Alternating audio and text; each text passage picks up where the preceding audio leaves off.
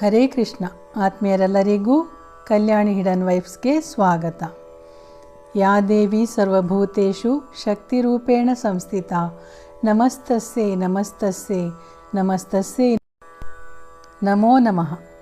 ಕಳೆದ ಸಂಚಿಕೆಯಲ್ಲಿ ನವರಾತ್ರಿಯ ವಿಷಯ ಶುರು ಮಾಡಿದ್ದೆ. ಈ ವರ್ಷ 9 ದಿವಸ ಅಲ್ಲ 10 ದಿವಸಗಳು ಬಂದಿವೆ. ಕೆಲವೊಂದು ವರ್ಷ ಈ ರೀತಿ ಹೆಚ್ಚು ಕಮ್ಮಿ ಇರುತ್ತೆ. ಈ ಸಲ ತೃತೀಯ ಅಂದರೆ ತದಿಗೆ 2 ದಿವಸ ಇದೆ. ರಾತ್ರಿಯ ಲೆಕ್ಕ ತೆಗೆದಾಗ ಸರಿ ಬರ್ಬೋದು. ಅಲ್ಲದೆ ಒಂದೊಂದು ಪಂಚಾಂಗದಲ್ಲಿ ಒಂದೊಂದು ಲೆಕ್ಕಾಚಾರವೂ ಇರುತ್ತದೆ. ಅದೇ ರೀತಿ ನವರಾತ್ರಿಯಲ್ಲಿ ಮೊದಲನೆಯದಾಗಿ ಘಟಸ್ಥಾಪನೆ ಅಂದರೆ ಮಣ್ಣಿನ ಅಥವಾ ತಾಮ್ರದ ಪಾತ್ರೆಯಲ್ಲಿ ಮಣ್ಣನ್ನು ಹಾಕಿ ಸಪ್ತ ಧಾನ್ಯಗಳನ್ನು ಬಿತ್ತುವುದು. ಇದು ಪೃಥ್ವಿ ರೂಪ ಅಂದರೆ ಭೂಮಿ, ಪಂಚತತ್ವಗಳಲ್ಲಿ ಒಂದಾದ ಭೂಮಿ ರೂಪ. ನಂತರ ದೀಪ, ಅಖಂಡ ದೀಪ ಎಲ್ಲ ರೂಢಿಯಲ್ಲಿರುವವರು ಮಾತ್ರ ಇಡಿ, ಉಳಿದವರು ದಿನಾಲು ದೀಪ ಬೆಳಗಿ, ಇದು ಅಗ್ನಿ ರೂಪ. ನಂತರ ಧೂಪ ಅಂದರೆ ಅಗರಬತ್ತಿ ಮುಂತಾದವುಗಳು ವಾಯುರೂಪವಾಗಿ ಮಾರ್ಪಾಟಾಗುತ್ತದೆ.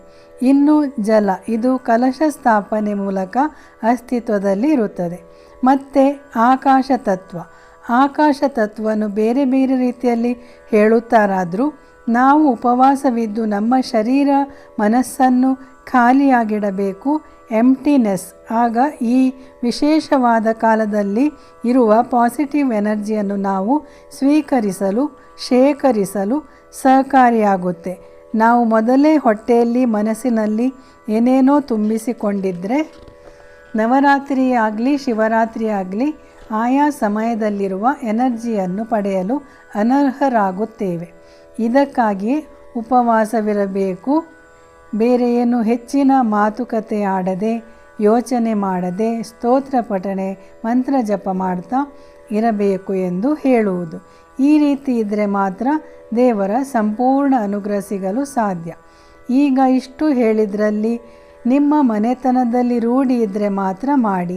ಇಲ್ಲಾಂದರೆ ಬರೀ ದೇವಿಯ ಫೋಟೋ ಇಟ್ಟು ಯಾವುದೇ ದೇವಿ ಅಂದರೆ ದುರ್ಗಾದೇವಿ, ನಿಮ್ಮ ಕುಲದೇವಿ ಅಥವಾ ಸರಸ್ವತಿ, ಅನ್ನಪೂರ್ಣಾದೇವಿ ಈ ಥರ ದೇವಿಯ ಫೋಟೋ ಇಟ್ಟು ದೀಪ ಹಚ್ಚಿಟ್ಟು ಧೂಪ ಇಟ್ಟು ಏನಾದರೂ ಒಂದು ನೈವೇದ್ಯ ಮಾಡಿ ಇಟ್ಟು, ಅಂದರೆ ದೇವಿಗೆ ಅನ್ನದಿಂದ ಮಾಡಿದ ನೈವೇದ್ಯ ಇಷ್ಟ.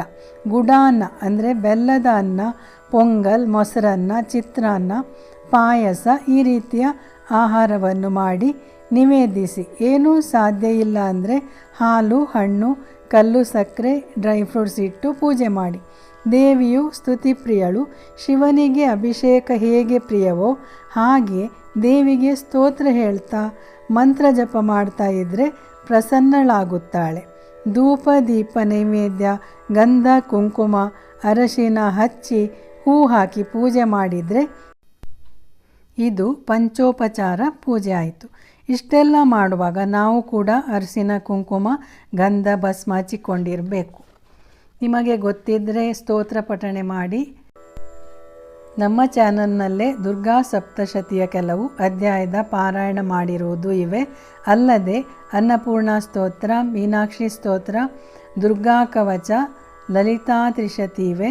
ಗೊತ್ತಿಲ್ಲದವರು ಇದನ್ನೆಲ್ಲ ಕೇಳ್ತಾ ಇರಿ. ಮತ್ತು ಇದೆಲ್ಲದರೊಂದಿಗೆ ಭೈರವ ಮಂತ್ರ ಕೂಡ ಹೇಳಬೇಕು. ಆಗಲೇ ದೇವಿಯ ಸಂಪೂರ್ಣ ಅನುಗ್ರಹ ದೊರೆಯುವುದು. ಬಣ್ಣದ ಬಗ್ಗೆ ಹೇಳೋದಾದರೆ ದೇವಿಯ ಪೂಜೆಗೆ ಸಾಮಾನ್ಯ ಕೆಂಪು ಬಣ್ಣದ ವಸ್ತ್ರ ಧರಿಸಿ ಪೂಜೆ ಮಾಡಿದರೆ ಒಳ್ಳೆಯದು. ಹಳದಿ, ಹಸಿರು ಬಣ್ಣವೂ ಇಲ್ಲ ಅಂದರೆ ಯಾವುದಾದ್ರೂ ಲೈಟ್ ಕಲರ್ ಬಟ್ಟೆ ಧರಿಸಿ. ಕಡು ನೀಲಿ ಕಪ್ಪು ಬೇಡ. ನಮ್ಮ ಹಳೆಯ ವಿಡಿಯೋಗಳನ್ನೆಲ್ಲ ನೋಡಿದರೆ ನಿಮಗೆ ಪೂಜೆಯ ಬಗ್ಗೆ, ನವರಾತ್ರಿ, ಶಾರದಾ ಪೂಜೆ, ಸರಳ ಪೂಜೆ ಎಲ್ಲ ವಿಷಯಗಳು ದೊರಕುತ್ತದೆ. ಇನ್ನೂ ಹೆಚ್ಚಿನ ಮಾಹಿತಿ ಬೇಕಂದರೆ ಮುಂದಿನ ವಿಡಿಯೋದಲ್ಲಿ ತಿಳಿಸಿಕೊಡುವೆ. ರಾಧೆ ರಾಧೆ. ಓಂ ಶಕ್ತಿ ಓಂ ಆದಿಪರಾಶಕ್ತಿ. ಜೈ ಮಾತಾದಿ.